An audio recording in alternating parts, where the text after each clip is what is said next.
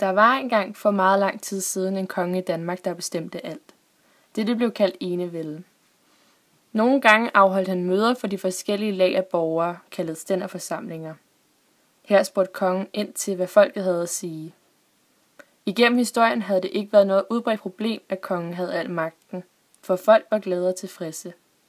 Men i takt med, at de i midten af 1800-tallet fik arbejde og flere indtægter, ønskede de også mere indflydelse.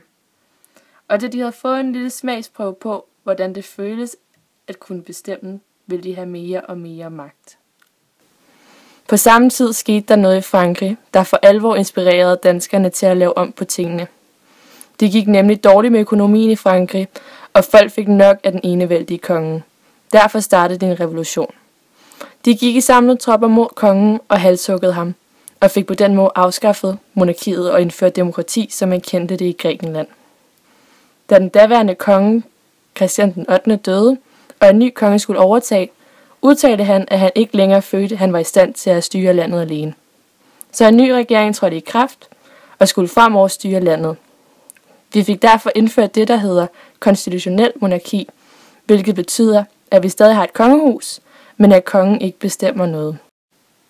Den dag i dag har vi stadig monarki. For Danmark betyder det, at folket har noget at stå sammen om.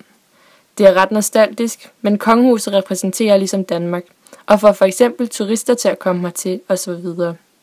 Det kan diskuteres, om det er spild af skattepenge, da nogen mener, at dronningen blot er en kransekagefigur, da hun ikke selv har nogen decideret indflydelse på den førte politik.